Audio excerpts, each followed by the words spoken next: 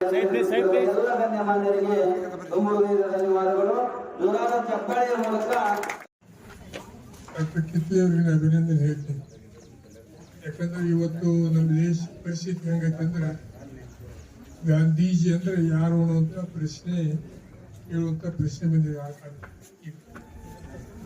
ಗಾಂಧೀಜಿ ಅಂದ್ರೆ ಯಾರು ಅಂತ ತಿಳ್ಕೊಂಡು ಅಂದ್ರೆ ಅದರ ಬಗ್ಗೆ ಸಾಕಷ್ಟು ಜನರಿಗೆ ತಿಳುವಳಿಕೆನೇ ಇಲ್ಲ. ಶಾಸ್ತ್ರಿ ಅವರಂದ್ರಂತೂ ದೂರ ಉಳಿತೀವಿ. ನಮ್ಮ ದೇಶದೊಳಗೆ ಆಗಿ ಹೋಗಿರುವಂತಹ ಮಹಾನ್ ವ್ಯಕ್ತಿಗಳು ಇವರಿಬ್ಬರು. ಜಗತ್ತಿನೊಳಗೆ ಮಹಾತ್ಮಗಳು ಅಂತ ಹೆಸರು ಬಂದ ಕೇವಲ ಮಹಾತ್ಮ ಗಾಂಧಿ ಅವ್ರಿಗೆ ಒಬ್ಬರಿಗೆ ಬಿಟ್ಟು ಯಾರಿಗೇ ಇಲ್ಲ. ಅದು ರವೀಂದ್ರನಾಥ್ ಟ್ಯಾಗೋರ್ ಅವರು ಅವರಿಗೆ ಅಭಿನಂದನೆ ಕೊಟ್ಟಿದ್ದಾರೆ. ಇವರು ಮಹಾತ್ಮ ಗಾಂಧಿ ಅವರು ರವೀಂದ್ರನಾಥ್ ಟ್ಯಾಗೋರ್ ಗುರುದೇವ್ ಅಂತ ತಿಳ್ಕೊಂಡು ಇವ್ರು ಬಿರುದು ಕೊಟ್ಟರು. ಮಹಾತ್ಮ ಗಾಂಧಿ ಅವರು ಒಳ್ಳೆಯ ಕುಟುಂಬದಲ್ಲಿ ಜನಿಸಿದವರು, ಆರ್ಥಿಕವಾಗಿ ಸಬಲ ಇರುವಂತಹ ಕುಟುಂಬದಲ್ಲಿ ಜನಿಸಿದವರು, ಬ್ಯಾರಿಸ್ಟರ್ ಆದರು. ಅವರ ಹಾದಿ ಹಿಡಿದದ್ದೇನಪ್ಪಾ ಅಂದ್ರೆ ಹೋರಾಟ. ದಕ್ಷಿಣ ಆಫ್ರಿಕಾದಲ್ಲಿ ಕರಿಯರು ಬಿಳಿಯರು ಅನ್ನುವಂತಹ ದೊಡ್ಡ ಭೇದ ಭಾವ ಇತ್ತು. ಭಾರತೀಯರು ಸಾಕಷ್ಟು ಜನರು, ಲಕ್ಷಾವಧಿ ಜನರು ದುಡಿಮೆಗೆ ಹೋಗಿದ್ರಲ್ಲಿ. ಅವರನ್ನ ನಾಯಿ ನರಿಗಳಿಗಿಂತ ದೇಶದ ಪ್ರಧಾನಮಂತ್ರಿ ಆಗಿದ್ದರು. ಅಪ್ಪಟ ಪ್ರಾಮಾಣಿಕರು. ಈಗ ರಾಜಕಾರಣ MLA MP ಮಂತ್ರಿಗಳನ್ನ ನಿಮ್ ದೃಷ್ಟಿಯೊಳಗೆ ಬರ್ತದೆ, ಲಪುಟ್ರು, ರೊಕ್ಕ ತಿನ್ನೋರು, ಲಂಚ ಹೊಡೆಯವರು, ಸ್ವಾರ್ಥಕ್ಕಾಗಿ ಬದುಕವರು ಅನ್ನುವಂತಹದ್ದು ಜನರು ಮಾತಾಡ್ತಾರೆ. ಮಾತಾಡ್ದೊಳಗ 100ಕ್ಕೆ 100 ಸತ್ಯನಾಗಿಲ್ಲ, 100ಕ್ಕೆ 92 ಸತ್ಯ ನಾನು ಹೇಳ್ಬೇಕಾಗ್ತದೆ. ಇವತ್ತಿನ ಸ್ಥಿತಿ ಪ್ರಧಾನಮಂತ್ರಿ ಆದಾಗ ಅವ್ರಿಗೆ ಅದು ಹರಿದಿತ್ತು. ಆಫೀಸಿಗೆ ಹೋಗುವ ಸಂದರ್ಭದೊಳಗೆ ಲಾಲ್ ಬಹದ್ದೂರ್ ಶಾಸ್ತ್ರಿ ಅವರ ಮನೆಯವರು ಸ್ವತಃ ಕೈಲಿ ಚೂಜಿ ದಾರ ಹಿಡಿದು ಹೊಲ ಕಿಸಿಂದ ಕೋಟ್ ಹಾಕಿ ಕಳಿಸಿದ್ರು. ಅವ್ರಿಗೆ ಪ್ರಧಾನಮಂತ್ರಿ ಕುರ್ಚಿಗೆ ಹೋಗುವಂತ ಹೇಳಿ. ಮುಂದ ಪ್ರಧಾನಮಂತ್ರಿ ಆದ ಬಳಿಕ ಅವ್ರ ಮನೆಯವರು ಮನೆಗೆ ಅವಶ್ಯಕತೆ ಇರೋಕ್ಕಿಂತ ಹೆಚ್ಚಿಗೆ ಏನು ಆಹಾರ ಧಾನ್ಯಗಳನ್ನ ಕಾಯಿಪಲ್ಲೆ ತರಿಸಿದ್ರು. ಬಂದು ಕೇಳಿದ್ರಿ ಎಲ್ಲಿಂದ ಬಂತಿದ್ರು, ನಾನು ದೇಶಕ್ಕೆ ಹೊಂಟಿದ್ದೀರಿ, ಇಂಥ ಡ್ರೆಸ್ ಒಳಗೆ ಹೋದ್ರೆ ದೇಶದ ಮರ್ಯಾದೆನೂ ಕಾಪಾಡಬೇಕತಿ ಅಂತ ತಿಳ್ಕೊಂಡು ಒಬ್ರು ಹೊಸ ಕೋಟ್ ಕೊಟ್ಟರು. ಹೊಸ ಕೋಟ್ ತಗೊಂಡು ಹೋದ್ರು. ಕೊನೆಗೆಲ್ಲಿ ಏನೋ ಹಾರ್ಟ್ ಅಟ್ಯಾಕ್ ಆಗಿ ತೀರ್ಕೊಂಡ್ರು.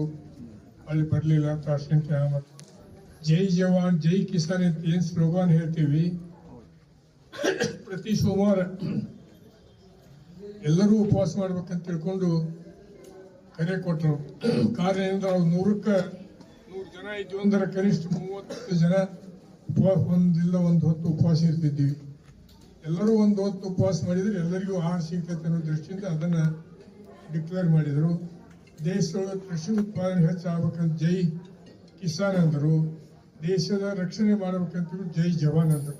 ಇಂಥ ನಾಯಕರ ಇಬ್ಬರ ಜನ್ಮದಿನದಂದು ಇದೇನು ಬಡವರಿಗೆ ಅಂದ್ರೆ ಯಾರಿಗೆ ಅಂದ್ರೆ ಇದು ಹೆಚ್ಚ ಇದು ಕಡಿಮೆ ಅನ್ನೋಕ್ಕಿಂತ ಎಲ್ಲ ಒಂದಿಂದ ಒಂದೊಂದು ಅಂಗಗಳು ಒಂದೊಂದು ರೀತಿ ಕೆಲಸ ಮಾಡ್ತಾವೆ.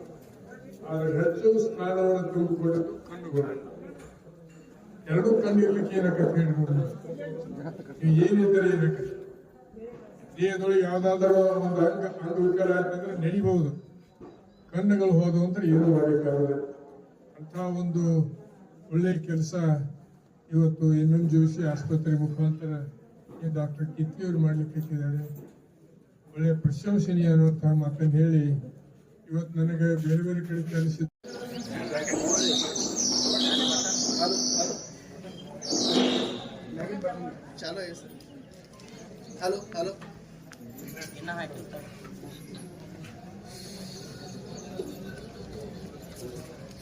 गाड़ी में बंद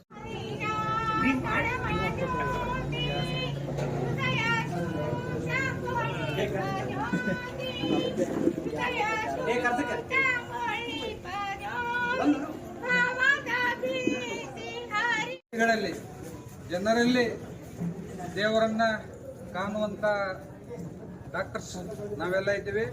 ಡಾಕ್ಟರ್ಸ್ ಪಾಲಿಗೆ ಯಾರು ದೇವರುಗಳಾಗಿದ್ದರೆ ಅದು ತಾವುಗಳಲ್ಲಿ ಬಂದಿದ್ದರೆ ಎಲ್ಲರಿಗೂ ನನ್ನ ಹೃದಯಪೂರ್ವಕವಾದ ನಮಸ್ಕಾರಗಳನ್ನು ಹೇಳಲಿಕ್ಕೆ ಬಯಸುತ್ತೇನೆ ಬಂಧುಗಳೇ.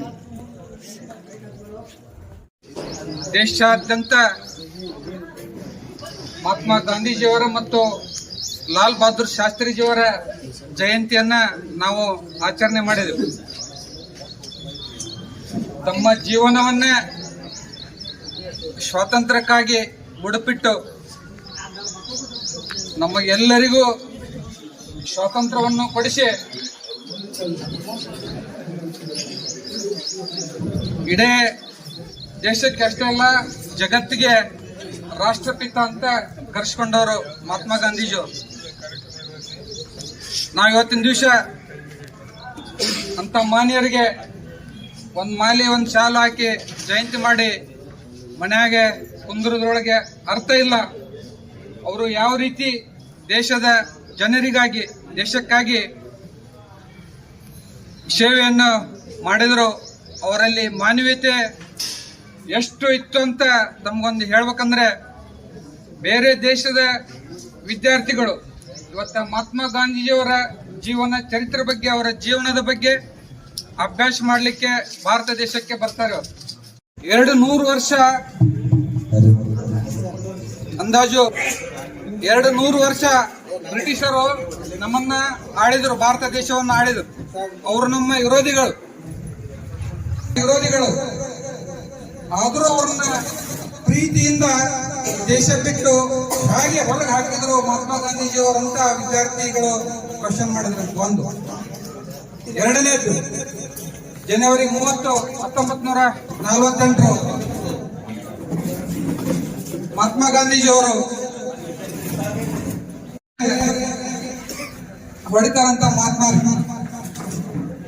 ಅವರ ನಿಧನ ಹೊಂದಿದ ದಿವಸ ಏನೋ ಒಂದು ವಿಶ್ವಸಂಸ್ಥೆ ಅಂತಿದೆ ಈ ಜಗತ್ತಿನಲ್ಲಿ. ಎಲ್ಲ ದೇಶಗಳು ಕೂಡ ಒಂದು ವಿಶ್ವಸಂಸ್ಥೆ ಅಂತ ಏನ್ ಮಾಡ್ಕೊಂಡಿದ್ದಾವೆ. ಆ ವಿಶ್ವ ಸಂಸ್ಥೆಯ ಮೇಲೆ ಎಲ್ಲ ದೇಶದ ಧ್ವಜಗಳಿರ್ತಾವೆ.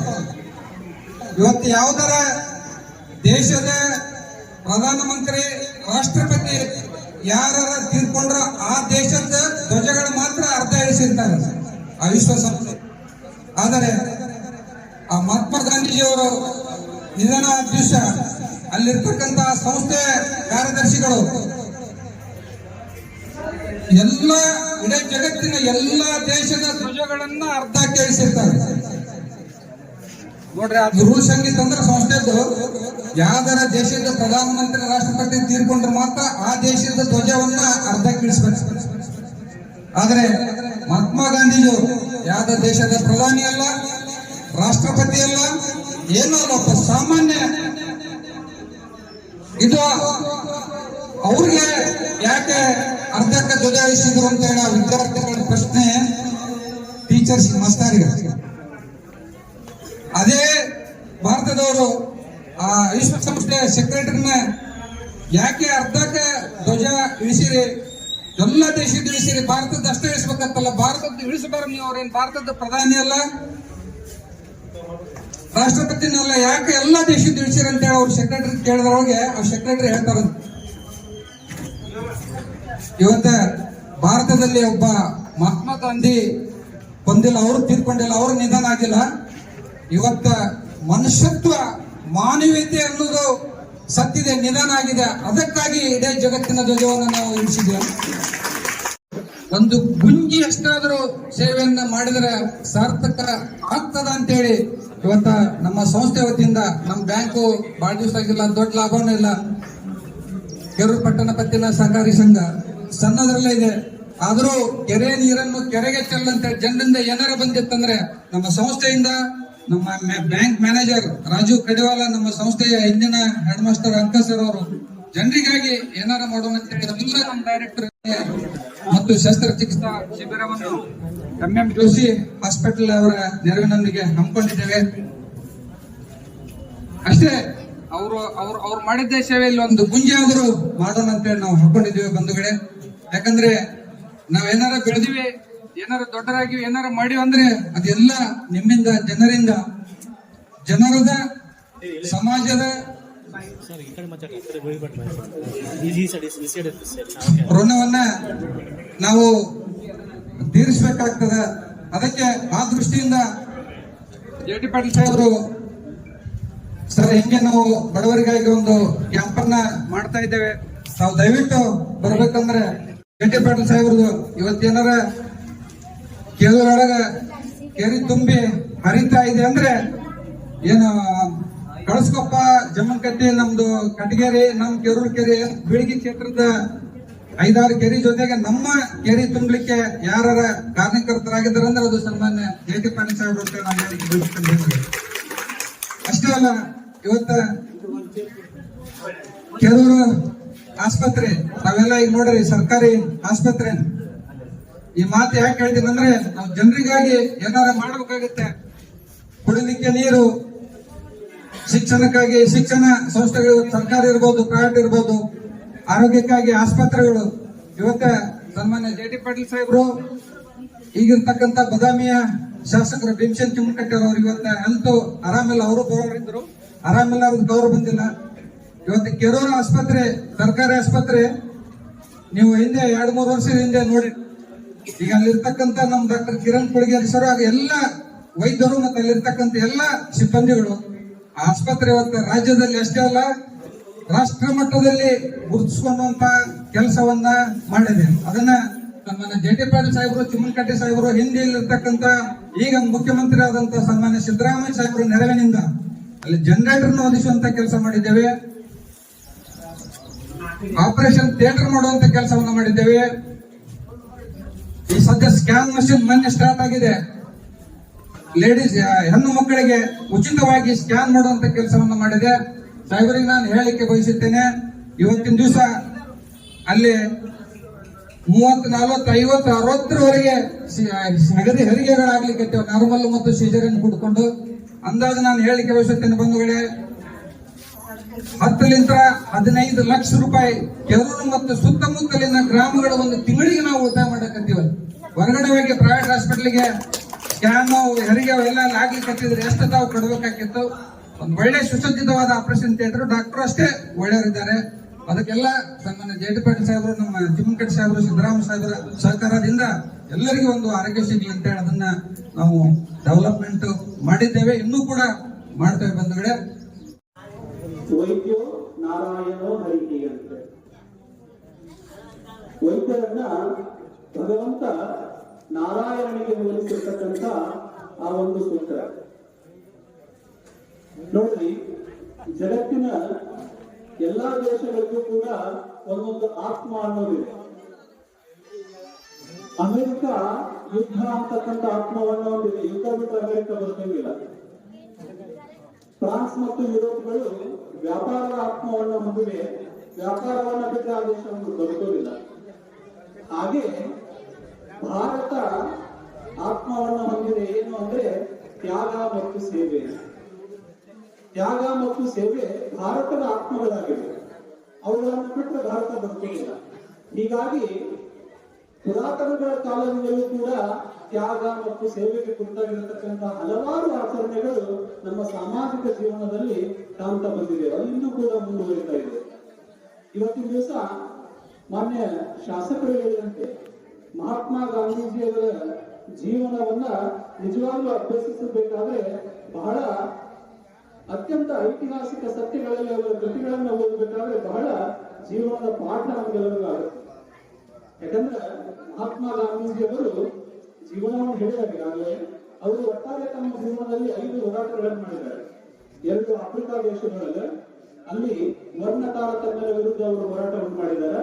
ನಮ್ಮ ದೇಶದಲ್ಲಿಯೂ ಕೂಡ ಸ್ವಾತಂತ್ರ್ಯ ಚಳವಳಿಯ ಮುಖಾಂತರ ಸ್ವಾತಂತ್ರ್ಯ ಚಳವಳಿಯಲ್ಲಿ ಭಾರತಕ್ಕೆ ಸ್ವಾತಂತ್ರ್ಯವನ್ನು ತಂದುಕೊಡುವ ದಿಶೆಯಲ್ಲಿ ತಮ್ಮ ಜೀವನವನ್ನು ಮುಡಿಪಾಗಿಟ್ಟು ಹೋರಾಟವನ್ನು ಮಾಡಿದ್ದಾರೆ.